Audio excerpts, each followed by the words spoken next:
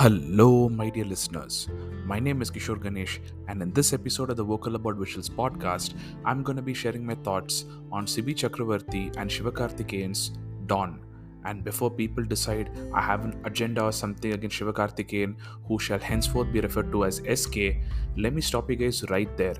I am no Sivakarthikeyan hater. In fact, you can stop just short of saying that I'm a fan.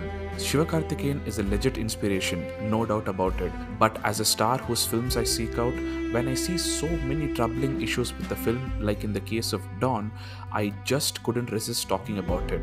With that disclaimer out of the way, let me say that my issues are in fact with the script of Cibi Chakaravarthi and not particularly with SK.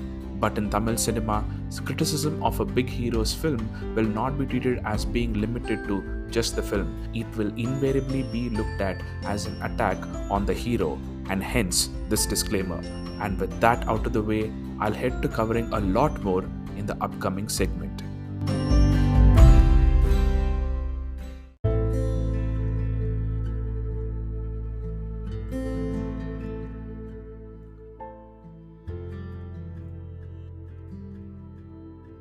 The issues I have with Dawn are not in the craft but in the content, and specifically with the atrociously bad parenting that Samudrakani inflicts on Sivakarthikeyan aka SK's character.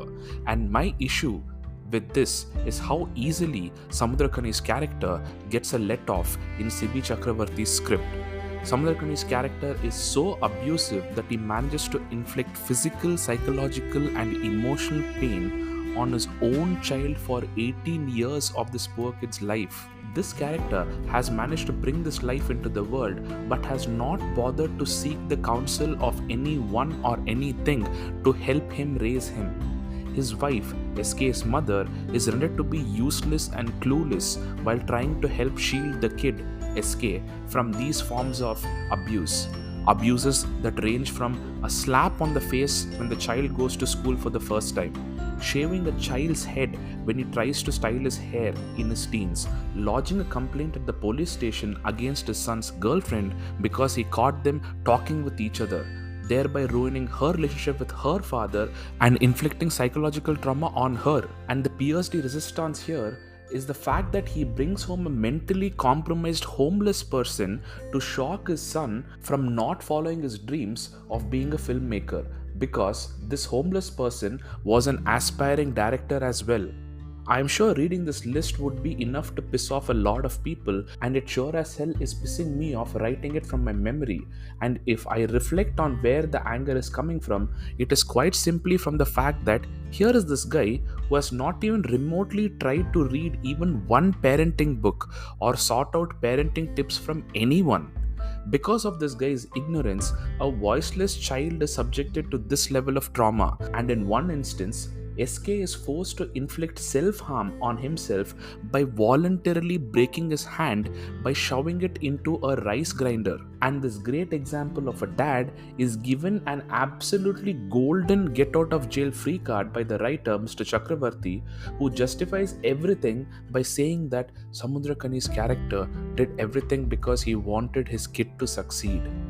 Of course, we get this reveal from SK's mother, who of course takes the side of his father instead of the poor immature kid, because get this, Samudrakani used to cry to her that he was not economically strong enough to buy his kid a cycle or something. Man, I'm no genius, but maybe, just maybe, Samudrakani could have employed this novel technique that involves making sounds using his vocal cords and moving his mouth. We call it, what is it? Talking? Yeah, talking. I know a child will throw tantrums or he may not be able to quote unquote get it, but is the alternative to this inflicting trauma? And you know what would have given him an alternative? A goddamn parenting book. And the clincher of a scene in this film is when Samudrakani's body is laid down, his feet are cracked thanks to years of walking barefoot while trying to provide for his family. So a man's cracked feet and good intentions are enough to justify childhood emotional, physical and psychological trauma? And the absolute nadir here is that SK's character, which has so far rightfully resented his abusive dad, is emotionally manipulated into rationalizing his father's abuse by his abuse-enabling mother. Now, of course, the argument against my entire complaint will be, man, why are you stressing out so much over a movie?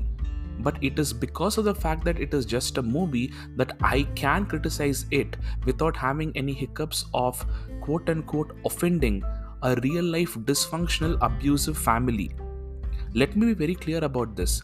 Us Indians pump out a lot of babies every year, but if you think whether all those parents are poring over parenting books and attending counseling sessions to help better raise their kids, then unfortunately, that number will not even be remotely close to our birth rate. What is to stop a whole bunch of adults and even college kids who are going to be future parents take the story as some kind of a template for quote unquote good parenting? If not the whole story, they get inspired by even a part of it where to escape maybe their own emotional, physical, or psychological trauma, they end up rationalizing abuse. And then the pattern continues, because if it is one thing that us as a people do, it is to run away as far away from science if it tries to alter us mentally or emotionally. With so much stigma associated with seeking out help in order to deal with trauma, it is not hard to believe that people will internalize their trauma, which will impact the way in which they look at life and, more importantly, how they raise their children. And because ultimately your gut is influenced by everything that you have been through in your life, and if there is external validation for the rationalization that one ends up doing with abuse they have faced, then instead of finding healthy ways to come to peace with the trauma from the abuse, there might be a continuation.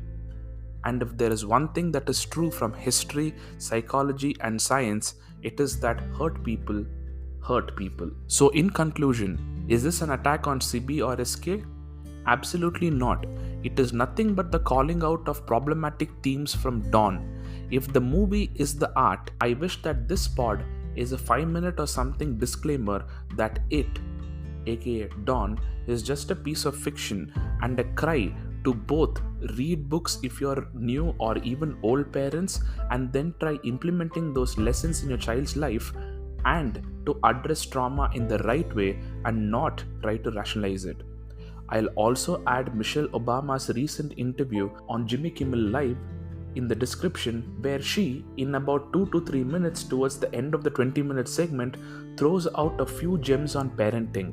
That 2 to 3 minute lesson felt a way more organic and real way of raising kids. I am suggesting this only as an example of the alternatives that are available to parents that will guide them to raise their children better. You do you, my people. Just don't reject knowledge from a place of who else but me will know how to raise my kids the best, or why should I listen to something from the West? What do they know that I don't know? It is not about the geography, it's about the content. I am not for one moment saying imbibe everything that comes from the West or to ignore anything that comes from the East. No, absolutely not, because these are not recommendations that I'm giving out. All I'm doing here is once again showcasing that many options are available out there. One can just choose what works the best for them and their kids. Only factor being that whatever is the guide or guides should be vetted by a lot of other parents and science. And of course, the final question, am I going to stop watching SK's or Cibi's films? Absolutely not. I am in fact waiting eagerly for all of SK's future films because, like I said, I am a nearly fan. And if Cibi makes a superb film, then the same shall be celebrated on this podcast. Once again, my name is Kishore Ganesh. This is the Vocal About Visuals podcast, and thank you, my dear listeners, for your time and for listening. Please give this podcast a follow on your preferred podcast platforms and on YouTube. Give my socials a follow on Twitter and Instagram at Podcast Plural for details about future episodes, my thoughts on movies and TV shows, and the occasional meme.